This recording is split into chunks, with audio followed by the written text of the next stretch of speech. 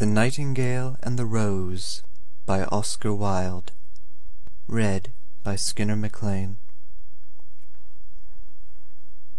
"She said that she would dance with me if I brought her red roses," cried the young student, "but in all my garden there is no red rose." From her nest in the holm oak tree the nightingale heard him, and she looked out through the leaves and wondered.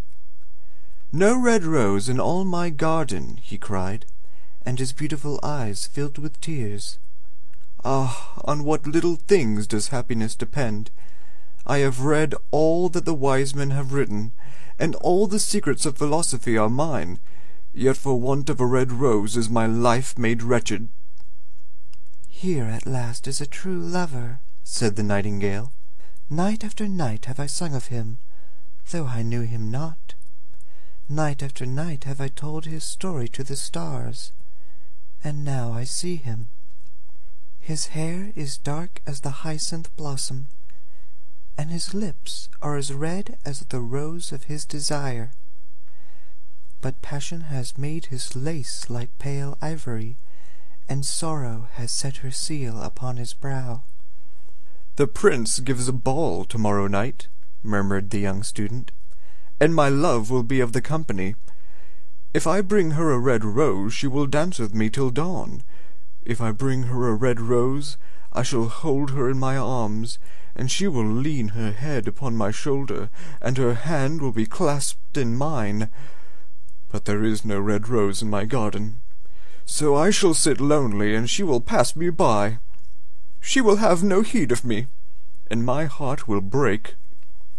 "Here indeed is the true lover," said the nightingale. "What I sing of, he suffers. What is joy to me, to him is pain.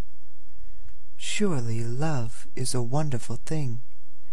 It is more precious than emeralds, and dearer than fine opals. Pearls and pomegranates cannot buy it, nor is it set forth in the marketplace. It may not be purchased of the merchants, or can it be weighed out in the balance for gold." "The musicians will sit in the gallery," said the young student, "and play upon their stringed instruments, and my love will dance to the sound of the harp and the violin. She will dance so lightly that her feet will not touch the floor, and the courtiers in their gay dresses will throng round her. But with me she will not dance, for I have no red rose to give her." And he flung himself down on the grass, and buried his face in his hands, and wept. "Why is he weeping?" asked a little green lizard, as he ran past him with his tail in the air. "Why, indeed?" said a butterfly, who was fluttering about after a sunbeam. "Why, indeed?" whispered a daisy to his neighbor, in a soft, low voice. "He is weeping for a red rose," said the nightingale.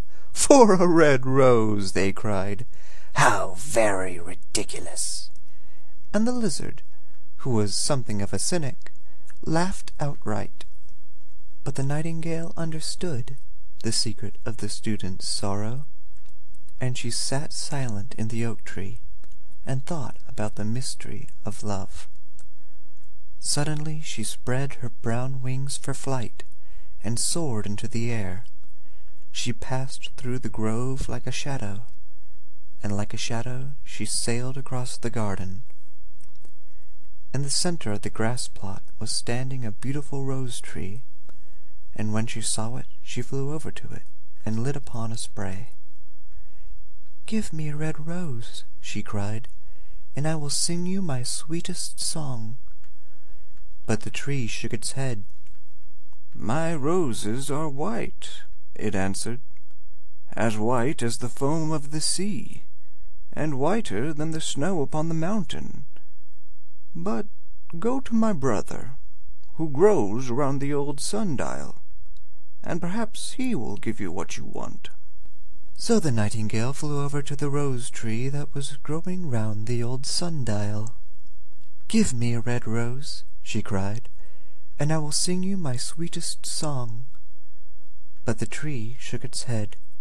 "My roses are yellow," it answered, "as yellow as the hair of the mermaiden who sits upon an amber throne, and yellower than the daffodil that blooms in the meadow before the mower comes with his scythe.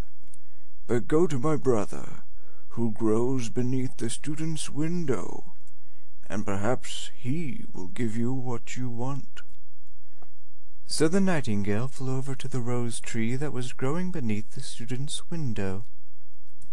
"Give me a red rose," she cried, "and I will sing you my sweetest song." But the tree shook its head. "My roses are red," it answered, "as red as the feet of the dove, and redder than the great fans of coral that wave and wave in the ocean cavern. But the winter has chilled my veins, and the frost has nipped my buds, and the storm has broken my branches, and I shall have no roses at all this year." "One rose, one red rose is all I want," cried the nightingale. "Only one red rose. Is there no way by which I can get it?" "There is a way," answered the tree, "but it is so terrible that I dare not tell it to you." "Tell it to me," said the nightingale. "I am not afraid." "If you want a red rose," said the tree, "you must build it out of music by moonlight, and stain it with your own heart's blood. You must sing to me with your breast against a thorn. All night long you must sing to me, and the thorn must pierce your heart, and your life-blood must flow into my veins and become mine." "Death is a great price to pay for a red rose," cried the nightingale, "and life is very dear to all. It is pleasant to sit in the green wood, and to watch the sun in his chariot of gold, and the moon in her chariot of pearl. Sweet is the scent of the hawthorn, and sweet are the bluebells that hide in the valley, and the heather that blows on the hill. Yet love is better than life, and what is the heart of a bird compared to the heart of a man?" So she spread her brown wings for flight, and soared into the air. She swept over the garden like a shadow, and like a shadow she sailed through the grove. The young student was still lying on the grass where she had left him, and the tears were not yet dry in his beautiful eyes. "Be happy," cried the nightingale. "Be happy. You shall have your red rose. I will build it out of music by moonlight, and stain it with my own heart's blood. All that I ask of you in return is that you will be a true lover. For love is wiser than philosophy, though she is wise, and mightier than power, though he is mighty. Flame-colored are his wings, and colored like flame is his body. His lips are sweet as honey, and his breath is like frankincense." The student looked up from the grass and listened, but he could not understand what the nightingale was saying to him, for he only knew the things that are written down in books. But the oak tree understood, and felt sad, for he was very fond of the little nightingale who had built her nest in his branches. "Sing me one last song," he whispered. "I shall feel very lonely when you are gone." So the nightingale sang to the oak tree, and her voice was like water, bubbling from a silver jar. When she had finished her song, the student got lip, and pulled a notebook and a lead pencil out of his pocket. "She has form," he said to himself, as he walked away through the grove, That cannot be denied to her. But has she got feeling? I am afraid not. In fact, she is like most artists. She is all style without any sincerity. She would not sacrifice herself for others. She thinks merely of music, and everybody knows that the arts are selfish. Still, it must be admitted that she has some beautiful notes in her voice. What a pity it is that they do not mean anything or do any practical good." And he went into his room and lay down on his little pallet bed and began to think of his love, and after a time he fell asleep. And when the moon shone in the heavens, the nightingale flew up to the rose-tree and set her breast against the thorn. All night long she sang with her breast against the thorn, and the cold crystal moon leaned down and listened. All night long she sang, and the thorn went deeper and deeper into her breast, and her life-blood ebbed away from her. She sang first of the birth of love in the heart of a boy and a girl, and on the topmost spray of the rose-tree there blossomed a marvelous rose, petal following petal, as song followed song. Yale was it at first, as the mist that hangs over the river, pale as the feet of the morning, and silver as the wings of the dawn. As the shadow of a rose in the mirror of silver, as the shadow of a rose in a water-pool, so was the rose that blossomed on the topmost spray of the tree. But the tree cried to the nightingale to press closer against the thorn. "Press closer, little nightingale," cried the tree, "or the day will come before the rose is finished."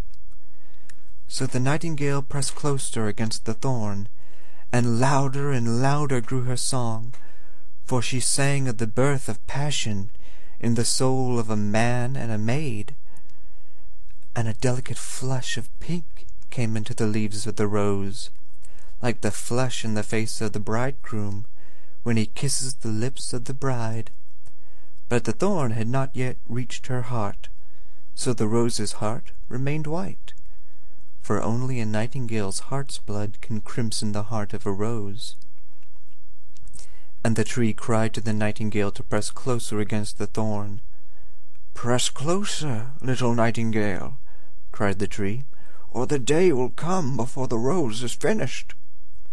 So the nightingale pressed closer against the thorn, and the thorn touched her heart, and a fierce pang of pain shot through her. Bitter, bitter was the pain, and wilder grew her song, for she sang of the love that is perfected by death, of the love that dies not in the tomb. And the marvelous rose became crimson, like the rose of the eastern sky. Crimson was the girdle of petals, and crimson as a ruby was the heart. But the nightingale's voice grew fainter, and her little wings began to beat, and a film came over her eyes. Fainter and fainter grew her song, and she felt something choking in her throat. Then she gave one last burst of music. The white moon heard it, and she forgot the dawn, and lingered on in the sky. The red rose heard it, and it trembled all over with ecstasy. It opened its petals to the cold morning air. Echo bore it to the purple cavern in the hills, and woke the sleeping shepherds from their dreams. It floated through the reeds of the river, and they carried its message to the sea. "Look, look," cried the tree, "the rose is finished now." But the nightingale made no answer, for she was lying dead in the long grass, with a thorn in her heart. At noon the student opened his window and looked out. "Why, what a wonderful piece of luck!" he cried. "Here is a red rose. I have never seen any rose like it in all my life. It is so beautiful that I am sure it has a long Latin name." And he leaned down and plucked it. Then he put on his hat and ran up to the professor's house with the rose in his hand. The daughter of the professor was sitting in the doorway, winding blue silk on a reel, and her little dog was lying at her feet. "You said you would dance with me if I brought you a red rose," cried the student. "Here is the reddest rose in all the world. You will wear it tonight next your heart, and as we dance together it will tell you how I love you." But the girl frowned. "I am afraid it will not go with my dress," she answered, "and besides, the Chamberlain's nephew has sent me some real jewels, and everybody knows that jewels cost far more than flowers." "Well, upon my word, you are very ungrateful," said the student angrily, and he threw the rose into the street, where it fell into the gutter, and a cartwheel went over it. "Ungrateful?" said the girl. "I tell you what, you are very rude. And after all, who are you? Only a student. Why, I don't believe you have even got silver buckles to your shoes, as the Chamberlain's nephew has." And she got up from her chair and went into the house. "What a silly thing love is!" said the student as he walked away. "It is not half as useful as logic, for it does not prove anything, and it is always telling one of things that are not going to happen, and making one believe things that are not true. In fact, it is quite unpractical. And, as in this age to be practical is everything, I shall go back to philosophy and study metaphysics." So he returned to his room and pulled out a great dusty book, and began to read.